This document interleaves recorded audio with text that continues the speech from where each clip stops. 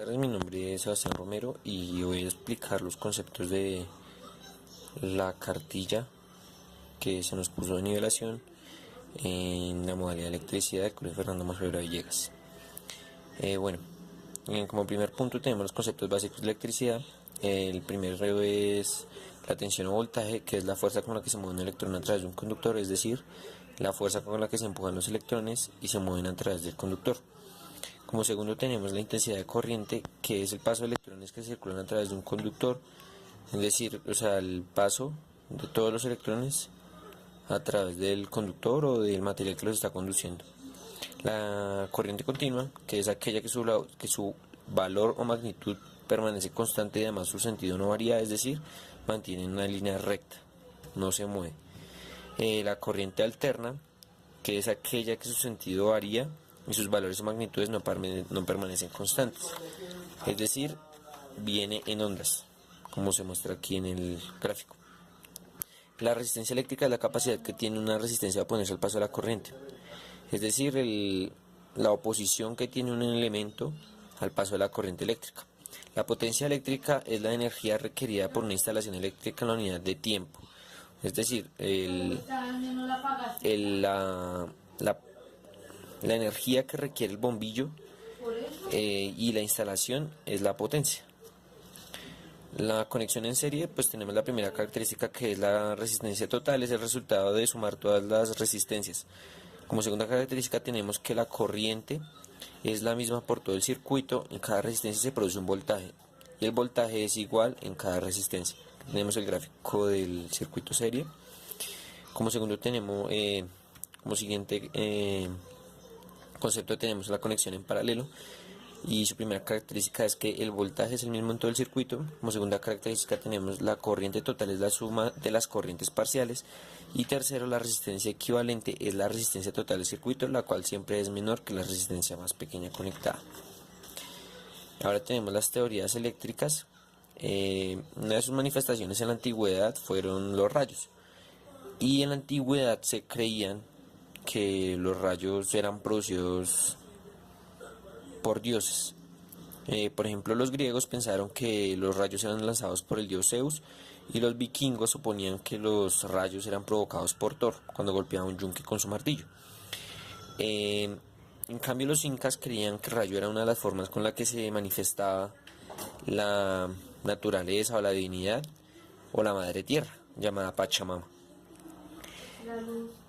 Y para ellos el mundo se apreció o se compuso por tres planos: la Jamapacha, el mundo de arriba; la Caipacha, el mundo de aquí; y Upacho o Urimpacha, el mundo de abajo. Y además de esto, además del rayo, observaron muchas otras formas de manifestación de la electricidad, pero ellos no sabían de qué se trataba. Hacia alrededor de los años 600, antes de Cristo, el matemático griego Tales de Mileto descubrió que luego de frotar un ámbar con una piel, este atraía objetos livianos. Ahí se demuestra la ley de atracción, como por ejemplo un imán con un objeto metálico. En los tiempos modernos, la ciencia ha seguido avanzando en cuanto a la investigación de los fenómenos eléctricos, y muchos de los físicos que en esta época han surgido, pues han venido haciendo sus teorías y han venido investigando más a fondo.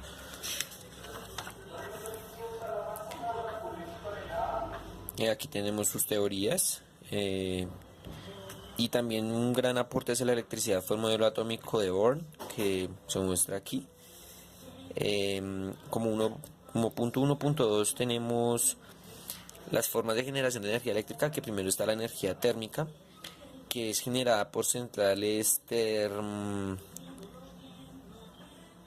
térmicas que generan electricidad a partir del calor, es decir, el calor entra una caldera, el vapor pasa a una turbina, la turbina intercambia el calor del vapor del calor, sigue aquí un movimiento de un rotor y aquí un alternador que genera la electricidad.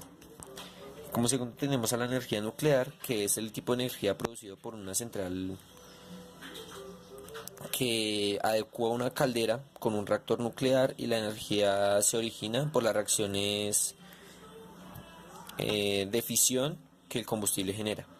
La energía hidráulica es la que se produce por medio del agua, que se almacena en un embalse y transforma la energía cinética en energía eléctrica. Vemos el video, el gráfico. La energía eólica es aquella que se produce por medio del viento, es decir, que produce energía cinética.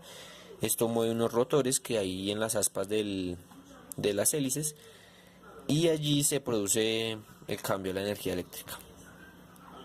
La energía solar es aquella que se obtiene por medio del sol y tenemos dos formas de obtenerla. La fotovoltaica, que se obtiene la energía a través de paneles que se forman por dispositivos semiconductores. O sea, por ejemplo, los paneles solares están compuestos de materiales que conducen tipo diodo.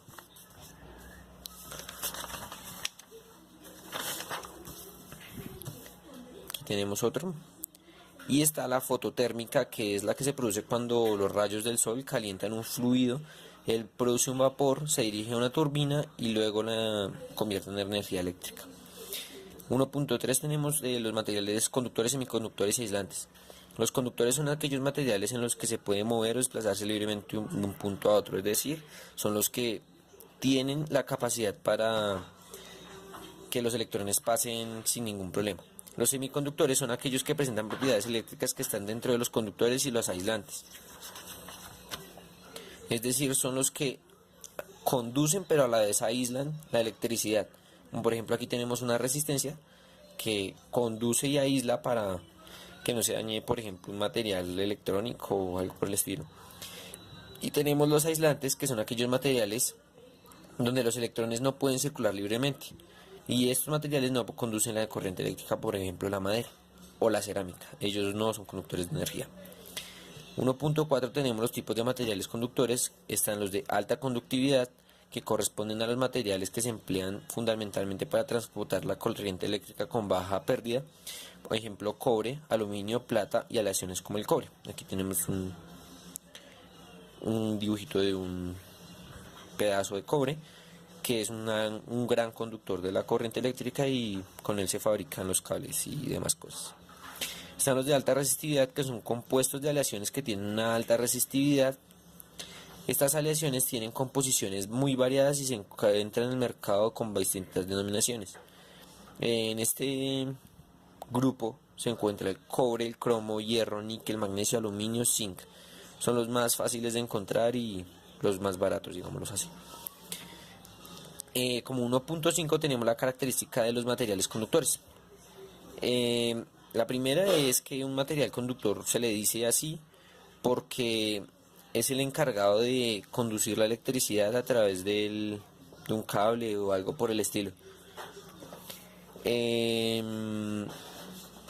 También se les dice así porque ellos tienen una capacidad de que los electrones de valencia están relativamente libres y permite que pase más fácil la corriente.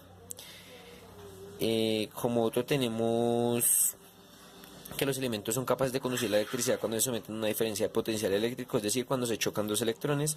Eso permite que avance el uno con el otro. Ahora tenemos el concepto de magnetismo, que como su nombre lo indica es el atraer cosas, que es un fenómeno natural por el cual los objetos producen una fuerza de atracción o repulsión sobre los materiales, como por ejemplo los imanes. Los imanes, cuando los ponemos, digámoslo bien, se atraen, y cuando los ponemos al revés tienen una fuerza de repulsión sobre ellos mismos. Tenemos las leyes magnéticas. Está la ley de Faraday, que fue la fuerza automotriz que inducía a la generación de fuerza electromotriz que inducía a la generación de energía eléctrica. La ley de Lenz, la ley de Ampere, la ley de Ohm y los circuitos magnéticos, que es la que más utilizamos en nuestra modalidad. Como 2.2 tenemos las formas de ondas magnéticas. Está la onda constante.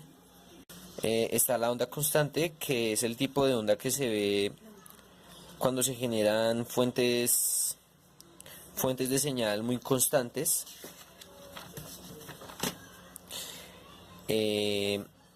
Aquí tenemos un ejemplo de la onda constante, que podemos ver que es un mamarracho ahí.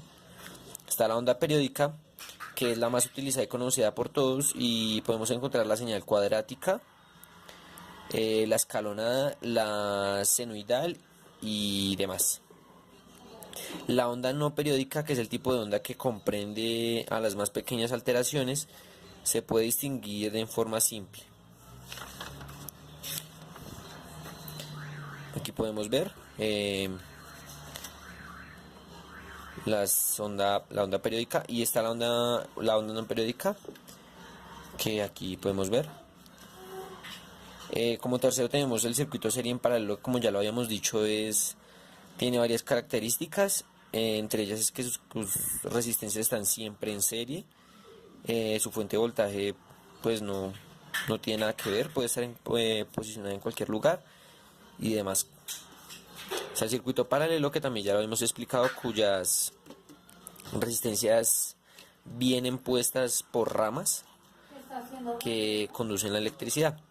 Tenemos la simbología eléctrica, que aquí tenemos la simbología de la resistencia, de la bobina, interruptor, resistencia NEMA, condensador, conmutador y pulsador. Entre ellas podemos encontrar varias que están en el concepto de electricidad y electrónica. Entonces aquí los tenemos: el fusible, el conector macho, conector hembra, etcétera. Aquí tenemos más simbología. Esta instrumentación se divide, digámoslo así, con la instrumentación eléctrica, eléctricos, electrónicos, etcétera, como ya lo habíamos dicho. Como quinto tenemos los instrumentos de medición, que está el amperímetro, que mide, como su nombre indica, los amperios, que mide también la intensidad, y se divide en múltiplos y submúltiplos, y sus usos dependen de la corriente o bueno, de lo que se vaya a medir. El voltímetro, que es un instrumento para medir los voltios o la intensidad de corriente que pasa. Su unidad de medida es el voltio y tiene varias unidades de medición. Tenemos el ohmímetro, que es el responsable o el encargado de medir la resistencia o una continuidad en la escala de ohmios. Tenemos el galvanómetro, que no es muy usado pues en nuestra modalidad, que son los instrumentos principales de la detección y medición de la corriente. Tenemos el multímetro, que es el que más utilizamos, que es el instrumento que puede medir el amperaje, el voltaje y la resistencia, o sea, los ohmios. Como sexto punto tenemos la ley de Ohm, que es la que más utilizamos, que pues se basa en su fórmula básica, que es I igual a B por R, o pues con el triangulito. Ahora, como 6.1 tenemos el Sistema Internacional de Unidades, que primero tenemos la unidad de longitud, que se basa en el metro, la unidad de masa, que se basa en el kilogramo, la unidad de tiempo, que se basa en el segundo, la unidad de intensidad de corriente eléctrica, que se mide por medio de los amperios,